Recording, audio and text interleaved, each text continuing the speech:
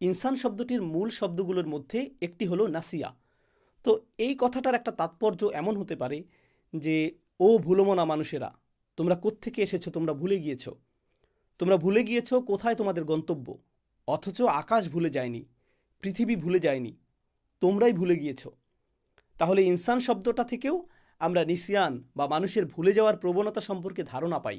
দেখুন, ইয়া ইউহাল ইনসান কথাটা কোরআনে মোট 2বার এসেছে।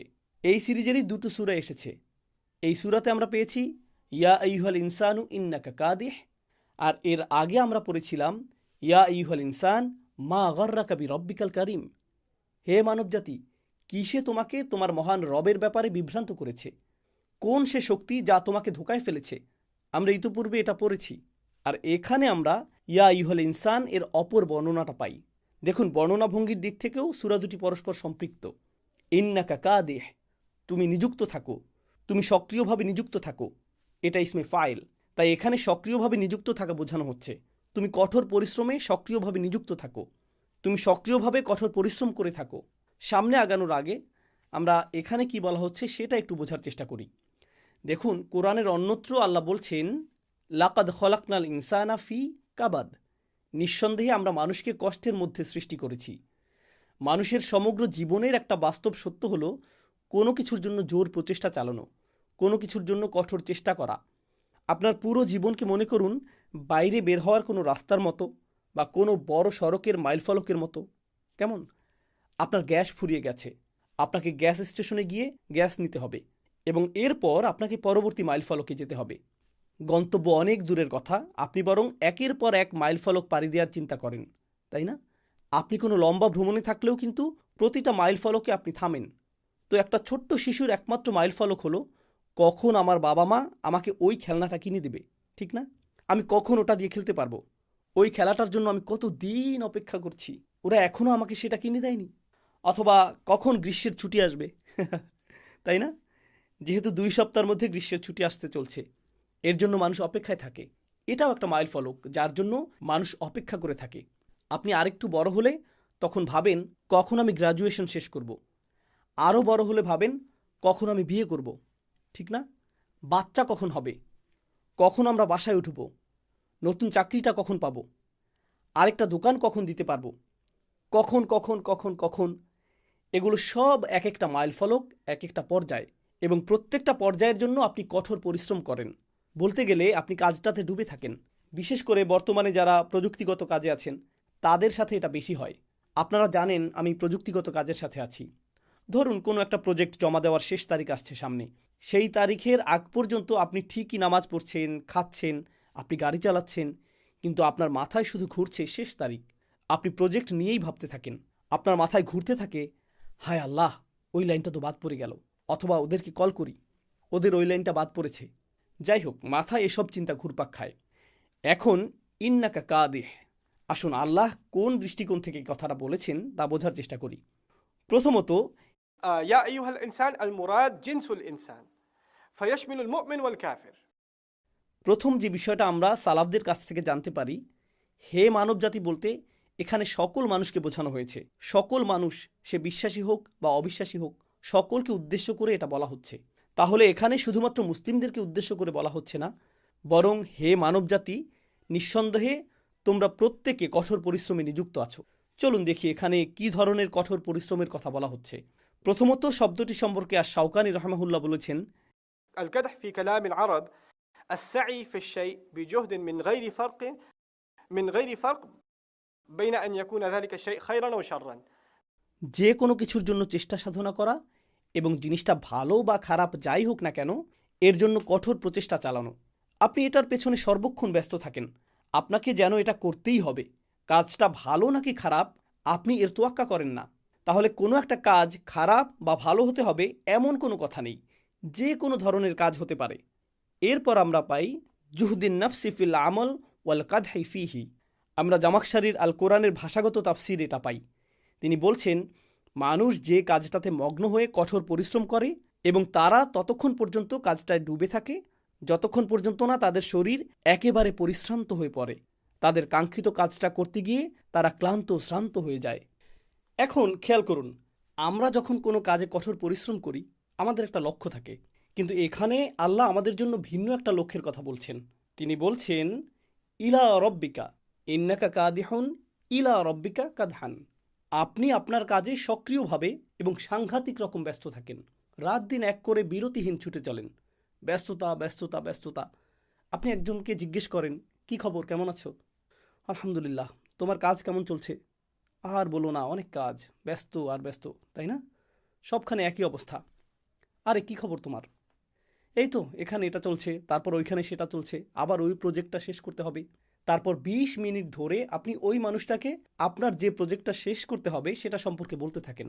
অথবা আপনি কোন কোন নতুন ব্যবসা শুরু করতে যাচ্ছেন, বা নতুন কোন কোর্সটা করতে যাচ্ছেন, অথবা কোন পেপারটা আপনাকে জমা দিতে হবে, এগুলো সম্পর্কে বলতে থাকেন। কোনো না কোনো ব্যস্ততা থাকেই। এই ছোট ছোট লক্ষ্যগুলোর পেছনে দৌড়াতে দৌড়াতে অবশেষে আপনি আপনার মূল গন্তব্যের কথা ভুলে যান। যখন আপনি একের পর এক মাইলফলকের পেছনে ছুটতে থাকেন, আপনি তখন এক সময় মূলত ভুলতে বসেন যে আপনি একটা মহাসড়কে আছেন এবং এই মাইলফলকগুলো এক একটা ছোট অবকাশের জায়গা মাত্র। এই লম্বা পথের শেষ কোথায়? এর পরিসমাপ্তি কোথায়? মনে আছে আমরা বলেছিলাম এই সূরাটি অনিবার্যতার কথা বলে। তাহলে এখানে সেই অনিবার্য জিনিসটা কি? আমাদের গন্তব্যের শেষ কোথায়? তোমাদের রবের কাছে। শেষ পর্যন্ত তোমাদের রবের কাছেই তোমাদের ফিরে যেতে হবে। আপনি যাই করেন না কেন, আপনি আল্লাহর অবাধ্য হন, আপনার কাছে জীবন মানে পার্টি করা, আপনার কাছে জীবন মানে ব্যবসা করা, আপনার কাছে জীবন মানে শুধুই পড়াশোনা, আপনার কাছে জীবনের সবচেয়ে গুরুত্বপূর্ণ বিষয় যাই হোক না কেন, যে পথেই আপনি চলেন না কেন, এই পথ শেষ পর্যন্ত একটা নির্দিষ্ট গন্তব্যের দিকে এগিয়ে যাচ্ছে। আপনি আপনার রবের দিকে ফিরে যাচ্ছেন। ইন্নাকা কাদিহুন ইলা রব্বিকা কাদহান। এরপর আল্লাহ সুবহানাহু ওয়া তাআলা বলছেন, ফামুলাকিহ, তুমি তোমার রবের দিকে ফিরে যাচ্ছ। এর মূল অর্থ হলো ফা আম্মা মান খফা মাকামা রব্বিহি, রবের সামনে দাঁড়িয়ে থাকা। আর এটাই আপনার গন্তব্য, এটাই আপনার আসল কাজ। সাধারণভাবে ফামুলাকিহ এর অনুবাদ হবে এরকম, এরপর তুমি অবশ্যই তোমার রবের সাক্ষাৎ পাবে। এই কঠোর পরিশ্রমের পর আপনি তার সাক্ষাৎ পাবেন। এখন এই পরিশ্রমের কাজটা তারা কেবল তাদের রবের সন্তুষ্টির জন্য করে তা কিন্তু না, তারা তাদের নিজেদের জীবনের জন্য এমনটা করে। আপনি যে কারণেই পরিশ্রম করেন না কেন, আপনাকে আপনার রবের দিকেই ফিরে যেতে হবে। আপনাকে আপনার রবের দিকেই ফিরে যেতে হবে। তাহলে মুলাকিহ এর একটা হলো আপনি তার সাথে সাক্ষাৎ করবেন, মানে আপনার রবের সাথে সাক্ষাৎ করবেন। আবার এটার আরও একটা ব্যাখ্যা আছে, যেমন সাফওয়াতুত তফসিরে আস-সাবুনি বলেছেন, ফামুলাকিন কদহাক, আপনি আপনার নিজের পরিশ্রমকে আপনার সামনে দেখতে পাবেন। এবং এই কথাটা কোরআনেও অনুমোদন করা হয়েছে। আপনি কঠোর পরিশ্রম করে এই পরিশ্রমের ফল হয়তো এই পৃথিবীতে দেখতেও পারেন, নাও দেখতে পারেন। আর যদি এখানে দেখেও থাকেন, সেটা আপনার পরিশ্রমের আসল ফল নয়। পরিশ্রমের চূড়ান্ত ফল আপনি কোথায় দেখতে পাবেন? আল্লাহর কাছে। সেখানেই আপনি সত্যিকারের ফল পাবেন। তাহলে যখন আপনি সেখানে যাবেন, তখন আপনি এ পৃথিবীতে যত সাধনা আর পরিশ্রম করেছিলেন তা আপনার সামনে দেখতে পাবেন। আপনি নিজে যা কিছু করেছেন এর বাইরে আল্লাহ আপনাকে কিছুই দেখাবেন না। ওয়াজাদু মা আমিলু হাদিরা, তারা যা করেছিল তা তাদের চোখের সামনে উপস্থিত দেখতে পাবে। যা যা তারা করত আয়নার মতো সবই দেখতে পাবে। তাহলে ইন্নাকা কাদিহুন ইলা রব্বিকা কাদহান ফামুলাকিহ, আয়াতে এই বাস্তবতারই বর্ণনা দেয়া হয়েছে। আমরা আল্লাহর সন্তুষ্টির জন্য জোর প্রচেষ্টা চালাই বা না চালাই, আমরা বিশ্বাসী হই বা অবিশ্বাসী যাই হই না কেন, আমরা এই চলন্ত বেল্টের আরোহী। আমরা এই যাত্রা পছন্দ করি বা অপছন্দ করি, আমরা ঘুমন্ত থাকি বা জাগ্রত থাকি, আমরা শিক্ষার্থী হই বা কর্মজীবী, বিবাহিত হই বা অবিবাহিত, সুস্থ থাকি বা অসুস্থ, এখানে কোনো ছুটি নেই। আমরা আমাদের গন্তব্যের দিকে নিরন্তর ছুটে চলছি। দেখুন, বাস্তব জীবনযাত্রায় আপনি একটু বিরতি দিতে পারেন, থামতে পারেন, কিন্তু এমন একটা মুহূর্ত নেই যখন আপনি এই জীবনযাত্রায় উপস্থিত নেই। এরকম কোনো মুহূর্তই থাকে না। এই বাস্তবতাটাই এখানে কিছু জোরালো শব্দের মাধ্যমে বর্ণনা করা হয়েছে। অবকাশ এবং জমিনের যাত্রা তখন শেষ হয়ে যায় যখন আকাশকে সম্পূর্ণভাবে চিরে ফেলা হয় আর জমিনকে টেনে সম্প্রসারিত করা হয়। আর আমাদের যাত্রার শেষ পরিণতি কি? কিভাবে আমরা সেই পরিণতির দিকে যাই? আমরা যখন আমাদের রবের কাছে পৌঁছাবো, এরপর সেখানে কি হবে? যেহেতু এ পর্যায়ে এ ধরনের চিন্তার দুয়ার খুলেছে, তাই পরবর্তী আয়াতে এ সম্পর্কে বলা হচ্ছে, ফা আম্মা মান উতিয়া কিতাবাহু বিয়ামিনিহি, অতঃপর যাকে তার কিতাব তার ডান হাতে দেয়া হয়েছে। উতিয়া শব্দটি ইউতা শব্দ থেকে ভিন্ন। ইউতা হলো মুদারে বা বর্তমানকাল।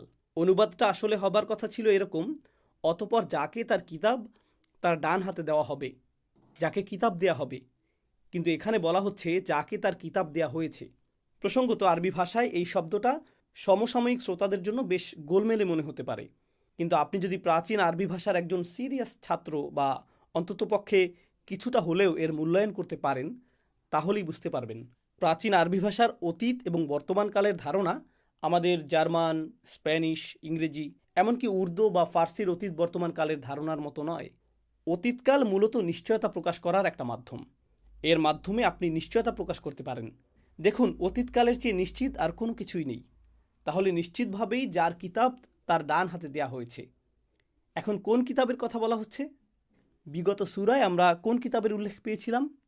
কাল্লা ইন্না কিতাব আল আবরার লাফি ইল্লিয়িন। নিঃসন্দেহে সৎকর্মশীল লোকদের কিতাব থাকবে সর্বোচ্চ মর্যাদাপূর্ণ স্থানে। সেখানে তাদের সবার তালিকা থাকবে। সমস্ত সৎকর্মশীল লোকদের কিতাবের স্তূপ থেকে আপনার কিতাবটা বের করে আপনার কোন হাতে দেয়া হবে? ডান হাতে। এটা আপনার ডান হাতে দেয়া হবে। ইল্লিয়িন থেকে এটা আনা হবে। এই যে ডান হাতে আমলনামা দেয়া হবে, চলুন এখানকার গুরুত্বপূর্ণ কিছু শব্দ নিয়ে কিছু কথা বলি। প্রথমত, কোরআনে এটাই একমাত্র আয়াত নয় যেখানে ডান হাতে কিতাব দেওয়ার কথা বলা হয়েছে। কোরআনের অন্যত্র আমরা পাই ফা আম্মা মান উতিয়া কিতাবাহু বিয়ামিনহি ফায়াকুল, সে তখন বলবে হা উমুকরাউ কিতাবিয়াহ, দেখো দেখো আমার আমলনামা পড়ে দেখো। তাহলে ওই মানুষটা যখন তার ডান হাতে তার আমলনামা পায়, অনেকটা গ্র্যাজুয়েশন সার্টিফিকেট পেলে আমাদের যেমনটা লাগে, আপনি নিশ্চয়ই এটাকে শেলফের তাকে রেখে দিতে চান না। আপনি আপনার সার্টিফিকেটটা কি করেন? দেয়ালে বাধাই করে রাখেন। দেখো দেখো জিপিএ 4, তাই না? তো আপনি এটা মানুষকে দেখাতে পছন্দ করেন। একইভাবে ডান হাতে আমলনামা পাওয়ার পরও আপনার ইচ্ছা করবে এটা মানুষকে দেখাতে। বিচার দিবসে যখন কেউ কারো ধার ধারবে না, সেই মুহূর্তেও সে তার আমলনামা মানুষকে দেখানোর জন্য এদিক ওদিক ছুটতে থাকবে, কারণ সে নিজেকে আর ধরে রাখতে পারছে না। ইকরাউ কিতাবিয়া, আমার আমলনামা পড়ে দেখো। ইন্নি জনান্তু আন্নি মুলাকিন, একই শব্দ যেটা এই সূরায়ও এসেছে। আমার দৃঢ় বিশ্বাস ছিল যে আমি এর মুখোমুখি হব। মুলাকিন হিসাবিয়া, আমার হিসাব নিকাশের মুখোমুখি হব। আমি এই নিয়ে চরম উদ্বিগ্ন ছিলাম। আমি নিশ্চিত ছিলাম আল্লাহ আমার আমলনামা আমাকে দেখাবেন এবং এতে আমি যা কিছু করেছি সবই লেখা থাকবে। ফলে আমি বেশ উদ্বিগ্ন ছিলাম। আন্নি মুলাকিন হিসাবিয়া, এই কথাটাতে উৎকণ্ঠাও প্রকাশ পাচ্ছে। আমার দৃঢ় বিশ্বাস ছিল আমি আমার কাজের হিসাবের মুখোমুখি হব, জবাবদিহির সম্মুখীন হব। এখন এই কথাগুলোর বাইরে প্রথমত আমি আপনাদের যে বিষয়টা খেয়াল করতে বলবো সেটা হলো এই শব্দটা, যেটা আপনার হাতে আমলনামা দেওয়া হবে বলার জন্য ব্যবহার করা হয়েছে, ইয়ামিন। ইয়ামিন শব্দটা শুধুমাত্র ডান হাত বোঝায় না, আরবিতে এর মাধ্যমে ক্ষমতা প্রকাশ করা হয়। 1 নম্বর, ঠিক আছে? ক্ষমতা প্রকাশ করা। 2 নম্বর হলো এর মাধ্যমে কোনো চুক্তির সম্মতি প্রকাশ পায়। যখন মানুষ তাদের ইয়ামিন বা ডান হাত দিয়ে করমর্দন করে, এর মানে হলো চুক্তি পাকাপোক্ত হয়েছে, চুক্তি চূড়ান্ত। এটা কালাম আল আরব, ঠিক আছে? এভাবে মৌখিকভাবে বা অঙ্গভঙ্গির মাধ্যমে, অর্থাৎ আরবরা যদি তাদের ডান হাত মিলিয়ে কোনো চুক্তি করে তাহলে সেই চুক্তি চূড়ান্ত। এখানে আর কোনো কথা নেই, কোনো স্বাক্ষর, সিল, নোটারি, আইনজীবীর অনুমোদন বা এরকম কিছুর প্রয়োজন নেই। ডান হাতে করমর্দন করেছে মানে চুক্তি ফাইনাল। এগুলো আসলে প্রাচীন কিছু প্রথা যার প্রচলন বর্তমানে নেই। আরে আমরা তো আমাদের ডান হাত মিলিয়েছিলাম, আমার টাকাটা কখন দেবে? কোন হাত? তুমি এসব কি বলছো, তাই না? বর্তমানে এসব সংস্কৃতি নেই। আমাদের চুক্তি হয় ইমেইলে, শুধু হাত মিলিয়ে এখন চুক্তি হয় না। তো যাই হোক, এখানে যে বিষয়টা বুঝতে হবে, ইয়ামিন শব্দটি ব্যবহারের মাধ্যমে এই মানুষটাকে কিছুটা ক্ষমতার অধিকারী করা হয়েছে। বিচার দিবসে সবাই যার যার জায়গায় দুর্বল থাকবে, কিন্তু এই মানুষটিকে শক্তি সাহস দেয়া হবে। কিভাবে শক্তি যোগানো হবে মনে আছে? আল্লাহ বলছেন লিকুল্লিমরি ইমিনহুম ইয়মা ইদিন শানু ইউনিহ, সেদিন প্রত্যেকেরই এমন একটা গুরুতর অবস্থা থাকবে যা তাকে ব্যস্ত রাখবে। বিচার দিবসে সবার অবস্থা এতটাই নাজুক হবে, তারা নিজেদের ব্যাপারে ছাড়া অন্য কিছু নিয়ে চিন্তাই করবে না। কিন্তু এই মানুষটাকে এত শক্তি সাহস দেওয়া হয়েছে যে সে এমনকি এদিক ওদিক ঘোরাঘুরি করে বলতে পারে, এই আমার আমলনামা পড়ে দেখো। এমন ভয়াবহ দিনে যাকে এই স্বাধীনতা, এই সক্ষমতা আর এই প্রশান্তি দেওয়া হয়েছে, সেই ব্যক্তি ছাড়া আর কে বলবে আমার আমলনামাটা দেখো? সুতরাং এই চিত্রটাই প্রকাশ পেয়েছে ফা আম্মা মান উতিয়া কিতাবাহু বিয়ামিনিহ এই আয়াতে। তাছাড়া এটা অত্যন্ত সম্মানের বিষয়। ডান হাতকে সম্মানের প্রতীক হিসেবেও গণ্য করা হয়। আর আমরা ইতিপূর্বে বলেছিলাম এর মাধ্যমে চুক্তি সম্পন্ন করা বোঝায়। তো যখনই সে তার ডান হাতে তার আমলনামা পায়, সে বুঝতে পারে যে আল্লাহ তার চুক্তি পরিপূর্ণ করেছেন এবং সে ইতিমধ্যে বুঝতে পেরেছে সে কোন দিকে যাচ্ছে, যার ফলে বিচার দিবসের ভয়াবহ উৎকণ্ঠা তার মধ্যে স্তিমিত হয়েছে এবং সে প্রশান্ত হয়েছে। এরপর আল্লাহ আরও বলছেন ফাসাউফা ইউহাসিবু হিসাবা ইয়াসীরা, আল্লাহ আমাদেরকে তাদের অন্তর্ভুক্ত করুন। আল্লাহুম্মা হাসিবনা হিসাবান ইয়াসীরা। অতঃপর যার ডান হাতে আমলনামা দেওয়া হবে তার হিসাব নিকাশ সহজ হবে। ইউহাসাব বা আল মুহাসাবাহ মানে প্রত্যেকটা কাজের পুঙ্খানুপুঙ্খানু হিসাব, প্রতিটা ক্ষুদ্রাতি ক্ষুদ্র জিনিস খুঁটিয়ে খুঁটিয়ে দেখা, এবং তার এই হিসাবের কাজটা সম্পন্ন করা হবে সহজতার সাথে। হিসাবান ইয়াসীরা, সহজ একটা হিসাব এবং সহজ একটা পরীক্ষণ। জানেন, এটা আমাদেরকে আগের সূরার একটা বিষয় বুঝতে সাহায্য করে, যেখানে